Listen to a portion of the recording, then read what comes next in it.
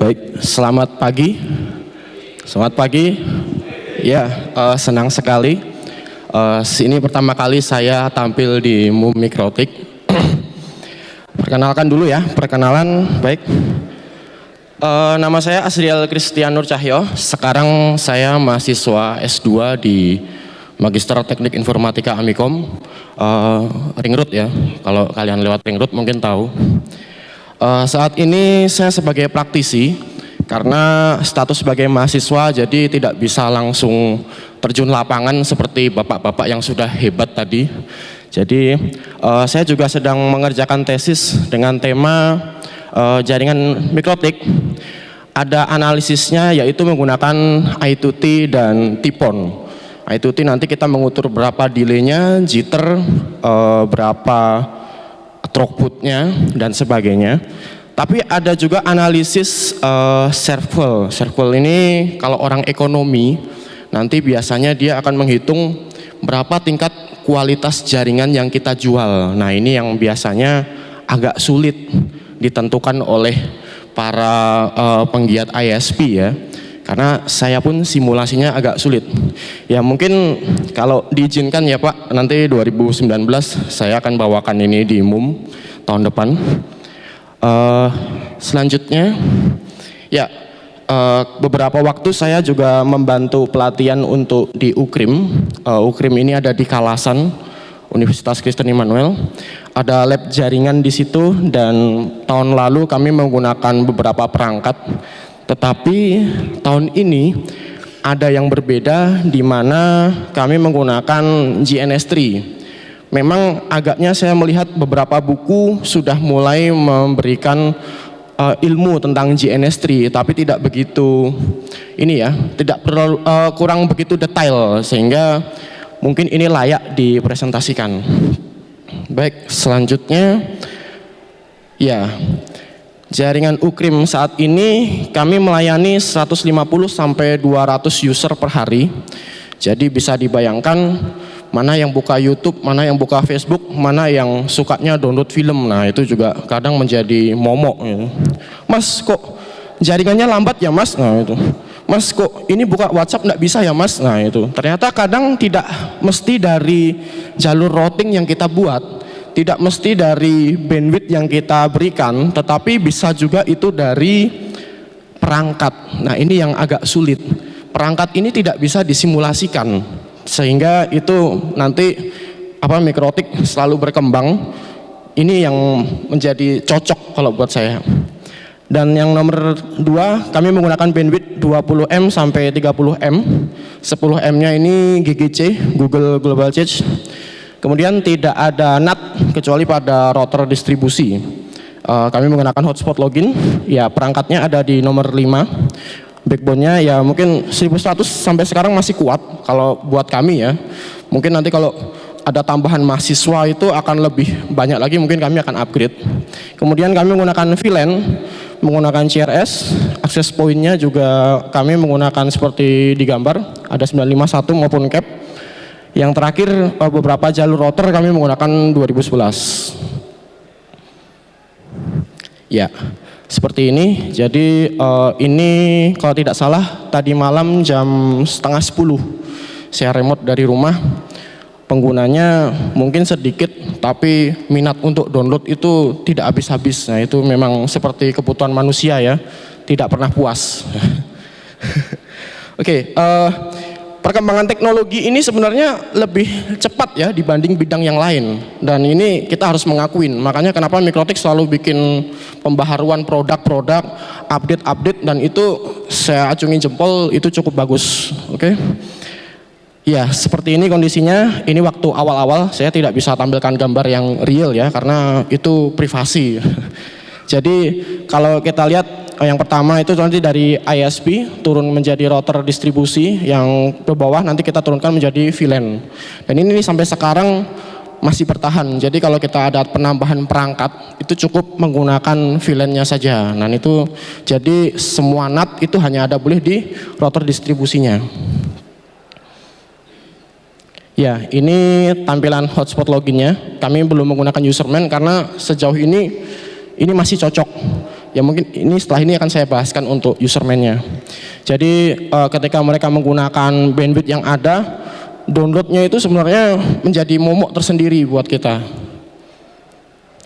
Ya, ini problematika seorang admin jaringan pada masa ini. Saya yakin tidak hanya saya di sini, pasti Bapak, Ibu, Saudara sering mengalaminya. Ya, nomor satu, banyak perangkat yang sudah dibeli terbuang ya, karena tidak ada perancangan detail. Mereka hanya membangun tanpa merancang. Saya sering melihat bahkan di forum membangun tapi tidak ada desainnya. Jadi, Mas ini pasang jaringan di sini, di A, di B, di C. Oke Pak, siap.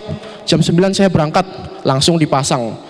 Tidak ada sketsanya. Nah itu sebenarnya mengerikan kalau di dunia ilmu ya, sebenarnya itu tidak boleh.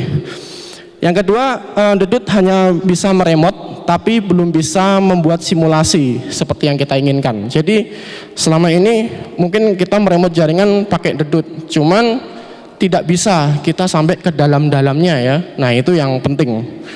Nomor tiga, manajemen bandwidth tidak semudah yang dibayangkan. Bagaimana jika kita harus menghadapi ratusan, mungkin ratusan, ribuan.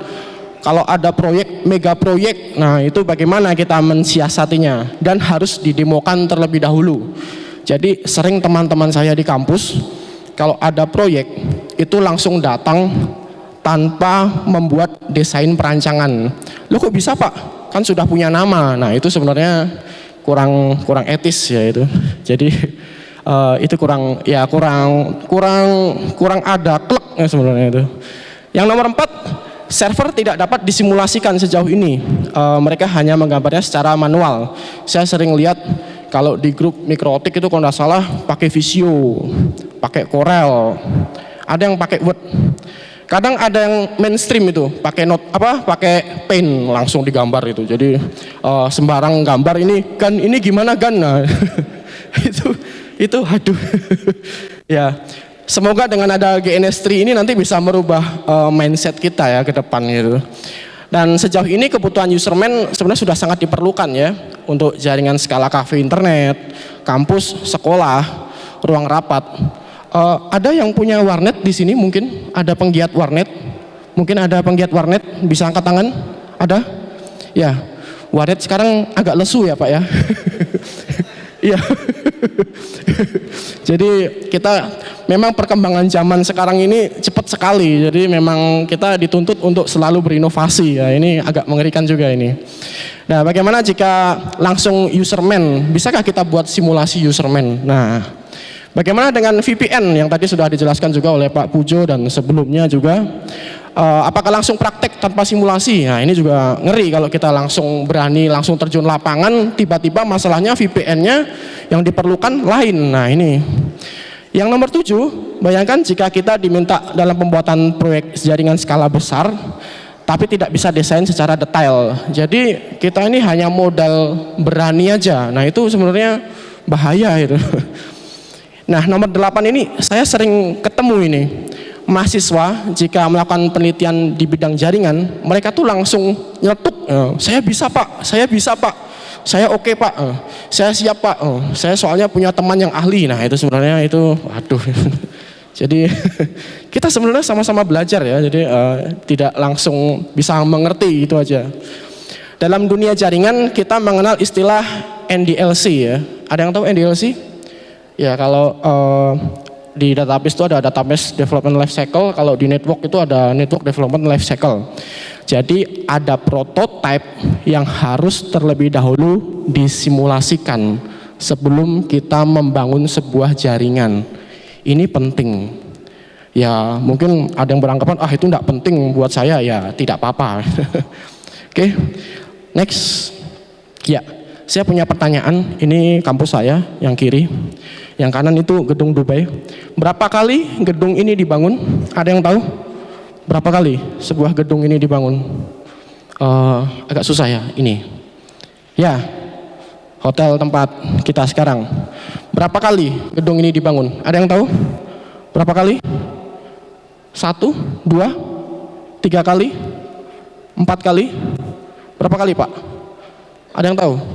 Berapa kali? Berapa? 3, 2, atau cukup sekali saja? Sekali saja ya. Oke, kita sepakat cukup sekali saja ya. Hotel ini dibangun sekali saja ya.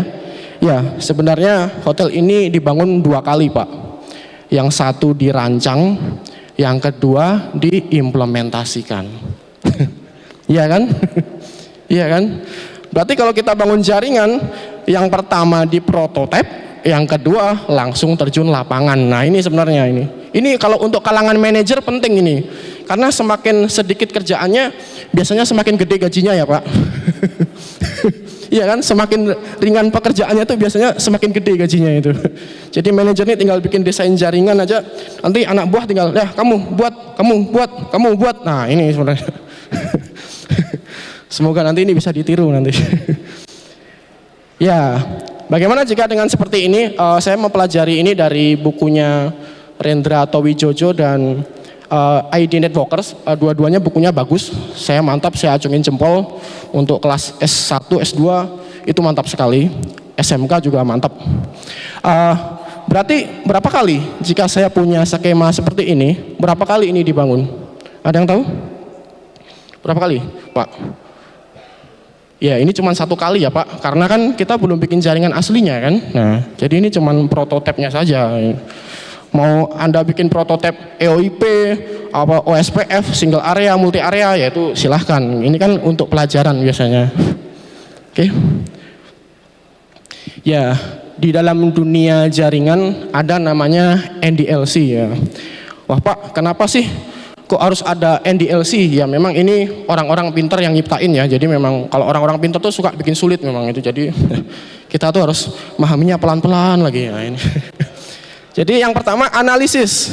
Bagaimana kita membangun sebuah jaringan, dianalisis dulu. Nah, kemudian dibuat desain. Nah, desain ini bisa pakai Visio, bisa pakai yang lain. Kemudian prototipe. Nah, prototipe ini kita bisa pakai GNS3 yang pada penelitian saya ini ya. Mungkin bisa pakai meta router ya, yang kalau tidak salah saya lihat MUM tahun berapa lupa. Itu menggunakan meta router. Nah, itu bagus juga. Kemudian barulah terjun ke implementasi. Kemudian monitoring, setelah monitoring manajemen. Nah, ini kasus yang sebenarnya kita harus pakai. Kalau di dunia IT namanya framework ini. Framework, metode, algoritma itu sebenarnya sama-sama aja, hampir mirip kalau menurut saya. Jadi memang orang-orang pinter nih nyiptakinnya banyak-banyak nama ini. Ya, NDLC merupakan suatu metode ya yang digunakan dalam mengembangkan merancang jaringan infrastruktur yang memungkinkan terjadinya pemantauan jaringan untuk mengetahui kinerjanya nanti gimana. Lanjut. Ya, saya mengambil dari jurnal, di bawah itu ada kutipannya dari D. Setiawan. Yang pertama kita menggunakan analisis, ini sudah pasti ya. Yang kedua kita membuat desain. Nah, ini desain juga sudah sering, saya yakin yang kalian penggiat di grup Mikrotik itu pasti sudah banyak membuat desain. Tapi pernahkah kalian tanpa membuat implementasi langsung ya, biasanya dari desain mereka langsung implementasi. Nah, itu sebenarnya salah, Pak. Kita harus bikin prototipe. Prototipe inilah yang penting, karena kalau kita di audit di TI itu ada namanya IT audit, nanti menggunakan COBIT biasanya, COBIT 4, sekarang COBIT 5 tentang e-government. Nah, kalau kita di audit, kita tidak punya prototipe, nah itu bagaimana pertanggungjawabannya? Ini penting, Pak, sebenarnya. Jadi setelah dilakukan analisis desain, tahap selanjutnya kita membuat prototipe. Nah, ini biasanya bisa pakai GNS3 atau bisa pakai meta router. Kemudian implementasi, monitoring dan manajemen. Nah, saya bahas di yang underline itu ya. Bagaimana kita prototipe. Ya, sebenarnya sebelum dari NDLC ada lagi yang sebelumnya lagi. Nah, di atasnya itu ya. Memang ini karyanya orang-orang pintar tuh, jadi agak wah ini. Jadi biasanya manajer tuh hanya di bagian strategisnya saja. Orang strategis tidak akan memikirkan hal-hal yang kecil. Nah, orang-orang strategis itu tidak akan memikirkan hal-hal teknis sebenarnya. Nah, ini yang penting. Kenapa makanya ada di bagian kanan itu ya, IT infrastruktur manajemen. Nah, itu.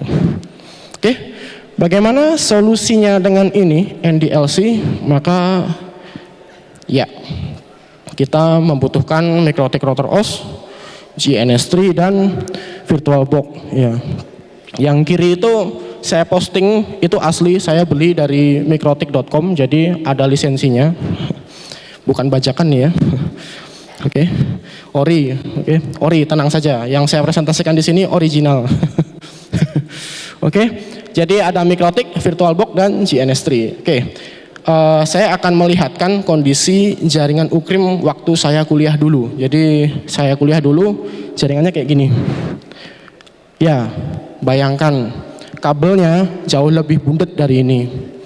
Jadi apa yang ada di lapangan itu kadang beda dengan yang di teori. Kenapa? Karena kita tidak punya desain prototype. Nah, kita hanya punya, saya punya desain topologinya. Oke Pak, saya lihat di lapangan kok berbeda Pak. Nah ini yang jadi masalah ini. Saya punya kok Mas desainnya. Oke, Bapak tahu letaknya di mana? Enggak tahu Pak. Nah ini penyebabnya. Oke, jadi sering saya mendapati kondisi seperti itu. Bayangkan CCTV kabelnya kemana, nanti dari akses point itu kemana, nah itu dari switchnya kemana, nah itu. Beberapa admin jaringan itu suka bikin jaringannya dibikin bundet. Ini menurut pengalaman saya ya. Jaringannya dibikin bundet supaya apa? Supaya dia tidak diganti. Nah itu. Iya kan? Iya, biasanya yang ketawa keras-keras ini ngaku ini. Dia dibikin bundet, kenapa? Ya, nanti kan saya tidak mungkin diganti, ya pokoknya saya bikin bundet lah ini. Nah, ini repot ini bahaya ini.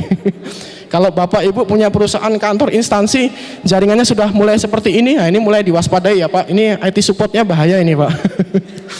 Oke, apa yang menjadi kelemahan jika kondisi jaringannya seperti ini? Ya, ini jaringan yang lalu. Yang pertama, belum 100% berbasis Mikrotik.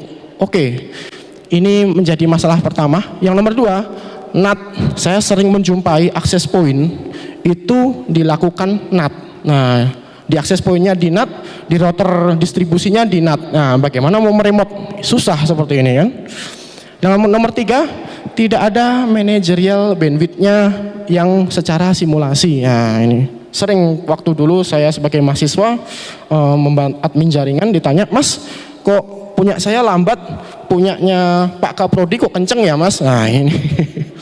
Mas saya kok buka situs yang ini lambat, tapi buka yang ini cepet ya Mas? Nah ini. Masnya download enggak ya? Nah ini.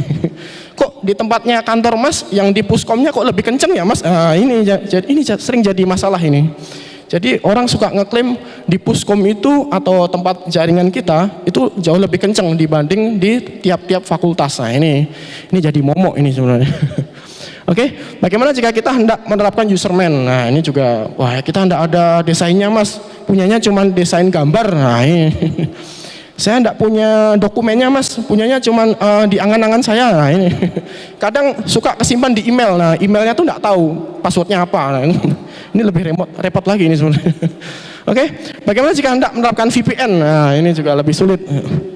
Nah yang nomor 6, bagaimana, ini yang menjadi dasarnya, bagaimana jika hendak mendemokan ke atasan akan perubahan managerial bandwidth maupun rencana pembangunan infrastruktur. Nah, saya yakin buat para admin jaringan di kampus, nomor 6 ini, walaupun saya tidak langsung terjun di lapangan, saya harus bisa membuat simulasinya. Nah, ini yang menjadi momok sebenarnya.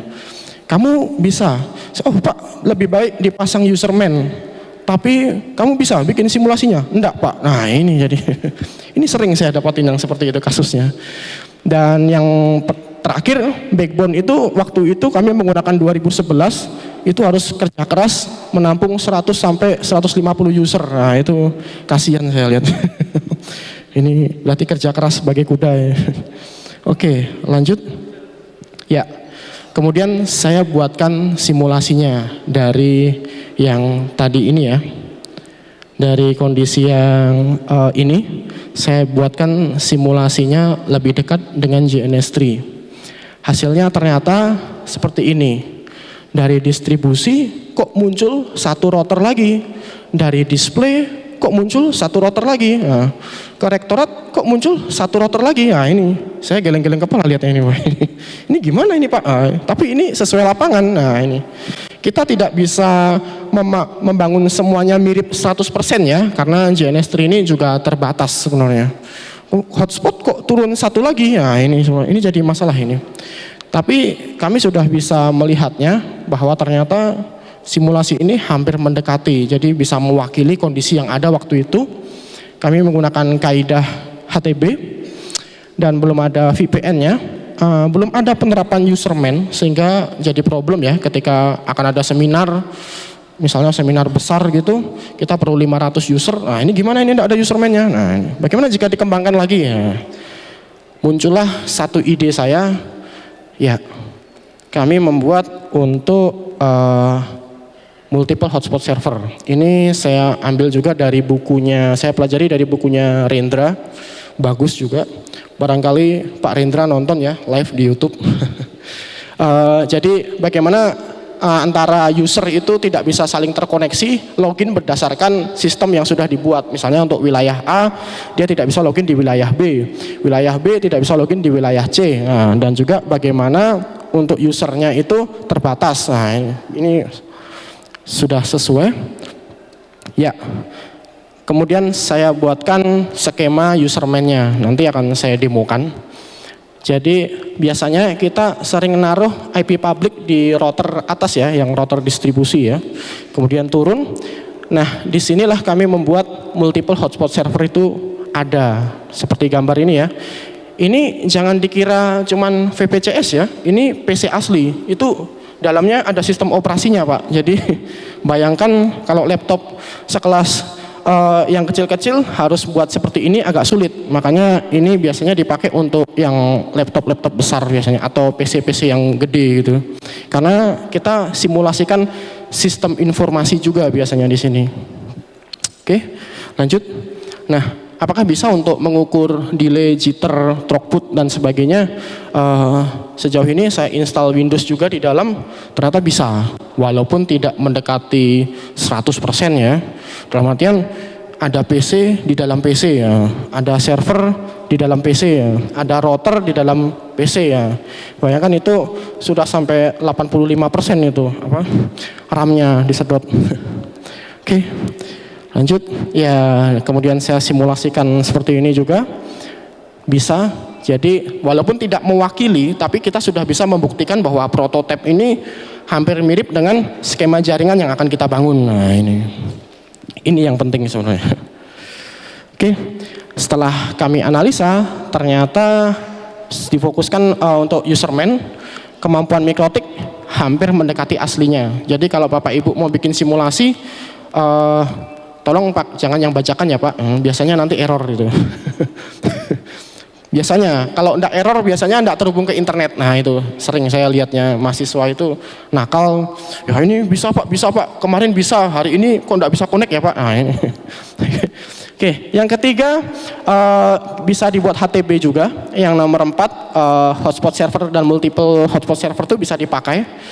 Yang nomor 5 kita belum bisa, GNS3 belum mampu untuk misalnya 200 user. Bayangkan satu sistem operasi itu kita install pakai hard disk virtualnya 30-40 giga ya. Nah itu bayangkan jika itu sampai 200 PC. Uji jitter, delay, bahkan throughput bisa disimulasikan ya seperti yang tadi. Bagaimana jika dikembangkan lagi, misal untuk VPN. Nah, saya biasa latihan sebelum praktek menjelaskan ke atasan, Pak, harusnya kampus dibikin cabang VPN gini. Nah, kita harus punya bukti. Bukti berarti kita membuat simulasi juga. Oke, seperti ini EOIP, PPP, ya ini masih mudah ini. Jadi masih apa? Karena kemarin Paul mengingatkan tolong beri yang penjelasan simple. Oke, berarti ini ada EOIP, PPP, point to point. Itu PC-nya ada sistem operasinya Pak. Jadi bisa bagaimana kita menghubungkan, hanya memang IP-nya belum public. Apakah bisa Pak IP public ditempel di dalam sini? Saya belum coba. Oke. Kemudian di sini ada live demo dokumentasi. Ya. Multiple hotspot server berarti kita menambah servernya menjadi 4 ya. Di sini ada 2. Sebenarnya ini lebih ke tampilannya ya, tampilannya dulu. Oke. Kemudian ketika saya buat lebih ringkas pembuatannya, nah seperti ini, userman-nya ada ya di dalam sana. Next, Ya, kita mensimulasikan satu PC, misalnya ini PC-nya admin jaringan buat userman, itu bisa diterapkan ya. Jadi bapak-bapak besok kalau mau menjual RT RW-net atau usaha yang lain, tolong, atau yang mau diaudit, nah tolong buatlah simulasinya terlebih dahulu karena supaya nilainya bisa lebih baik itu nanti. Oke. Ya, ini kemudian saya buat misalnya dosen karyawan voucher, mahasiswa voucher, tamu. Next. Ya, di sini memberi ID dan password seperti biasa. Ya, di sini saya ambil dari web itu untuk bentuk vouchernya, jadi bisa dikombinasikan bebas. Sebenarnya userman bisa kita terapkan, jadi istilahnya fitur-fitur mikrotik yang selama ini ada di lapangan, selama itu masih berbasis kabel ya, itu bisa kita terapkan di GNS3. Oke, ya ini seperti ini, beda ya hotspot seminar dengan hotspot umum yang saya praktekkan di situ untuk loginnya, dan kemudian dia redirect ke websitenya Ukrim. Oke.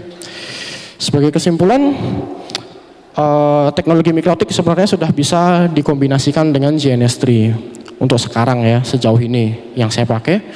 Dan nomor 2, NDLC ini penting. Jadi untuk akademisi, buat kalian yang sedang sekolah ataupun kuliah, pasti akan dapat NDLC ini. Yang nomor 3, proyek tanpa perencanaan itu ibarat membangun rumah tanpa membuat desain, nah, atau membangun rumah tanpa membuat prototipenya yang lebih rinci, ya itu. Nomor 4, ini yang paling penting juga, belilah lisensi router OS yang original. Untuk keperluan simulasi, kalau enggak bisa pakai CHR. Oke, ini referensi saya. Mungkin ada yang mau bertanya, silahkan. Ada?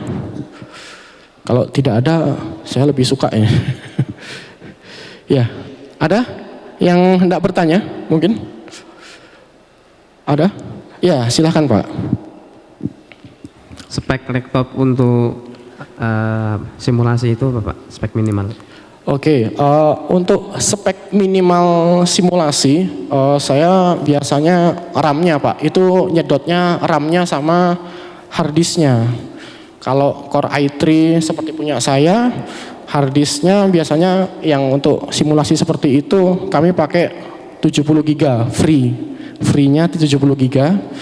Core i3 biasanya. Core i3 RAM-nya biasanya di atas 4. Kalau di bawah 4, kasihan Pak, nanti blue screen. Oke, ada lagi? Mungkin satu lagi mungkin? Ada? Barangkali ada yang bertanya? Oke, baik. Masih Pak Pujo ya? Sesinya masih? Di mana ya? Oh, baru 15 menit ini Pak. Wah ini. Ya, barangkali ada yang bertanya. Kalau tidak, saya tunjukkan bagaimana kerjanya. Ya, saya buatkan video. Nggak muncul ya? Sebentar.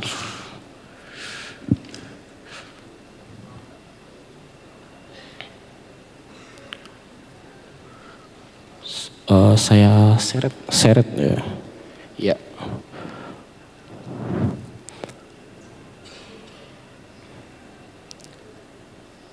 Ya, ini untuk instalasi GNS3 ketika kita buat prototype. Jadi memang dia membutuhkan spek yang besar. Di sini ada satu PC admin jaringan, kemudian ada pusat untuk sistem informasi. Saya buat sembarang sistem informasinya. Kemudian turun lagi ada wilayah yang harusnya untuk voucher, dan juga ada wilayah yang untuk hotspot login saja. Nah ini yang sebenarnya agak sulit membangunnya. Semua PC yang ada di sini itu bisa terkait dengan sistem operasi, jadi bisa nyala ketika di start, tapi tidak bisa langsung ini ya istilahnya langsung start langsung jalan karena itu berat beban prosesor sama RAM ini. Nah, ya ketika itu kita coba untuk IP-nya tidak harus sama dengan lapangan, yang pasti konsepnya biasanya sudah mendekati ya, karena ini prototipe, bukan langsung di lapangan. Ya, kadang ketika kita start, itu baik router OS-nya ataupun PC-nya itu suka hang kalau kita tidak kalau kita tidak hati-hati atau sambil mengerjakan yang lain, atau kadang kita sambil melakukan aktivitas di komputer dengan hal yang lain, itu biasanya dia nyedotnya gede resource-nya. Jadi ini Windows, ada di dalam Windows dan juga ada routernya, kemudian kami install, jadi ada userman-nya juga di dalam. Ya, bagaimana caranya untuk itu bisa share. Ya, dari situ biasanya ya ini sudah ada, kemudian kami tes untuk userman-nya.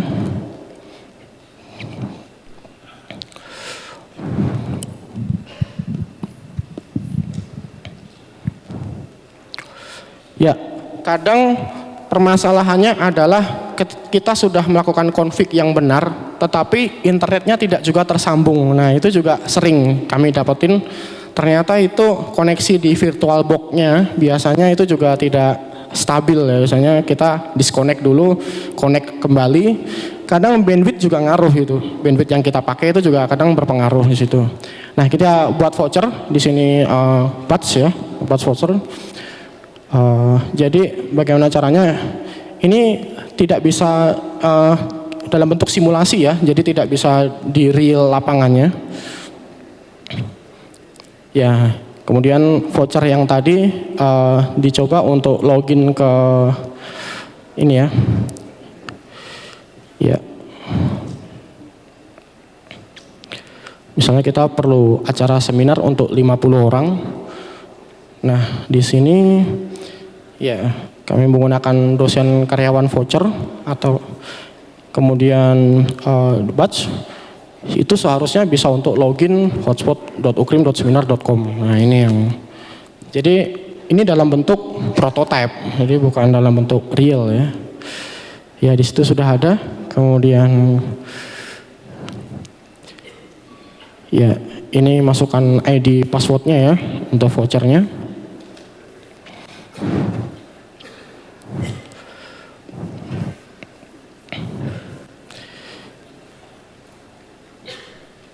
Ya, kemudian start untuk PC 2-nya.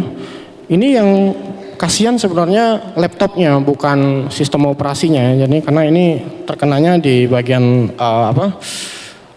laptop yang kita gunakan. Saya lebih menyarankan pakai PC kalau memang hendak membuat simulasi seperti ini. Oke. Ya, kemudian sudah ada ID password, kemudian start.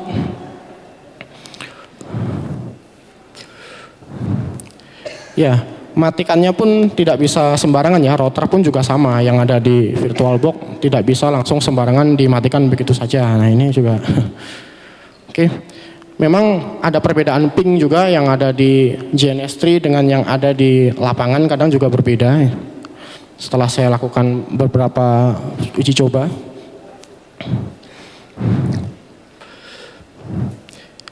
Ya, kenapa Pak harus dimatikan? Ya, karena untuk nyalakan ini maksimal 2 PC. Berarti kalau mau salah satu nyala, yang satu dimatikan, yang satu kemudian dinyalakan lagi. Nah, ini. Oke.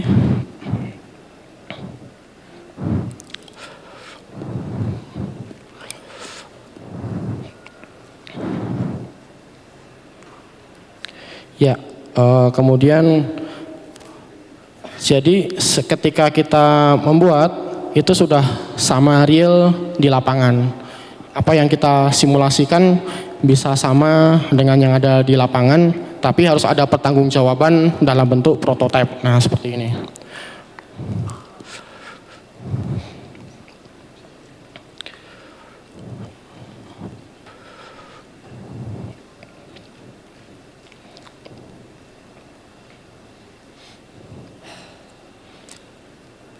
Baik, apakah ada pertanyaan sampai sini?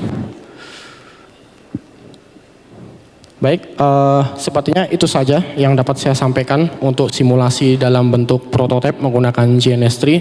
Jika ingin bertanya lebih lanjut, bisa kontak WA saya ataupun PowerPoint ini nanti saya akan share. Mungkin terima kasih atas waktunya. Terima kasih untuk Mikrotik Indonesia. Ya. Oke, kita kasih tepuk tangan dulu ya. Terima kasih untuk Bang Azriel Christian. Untuk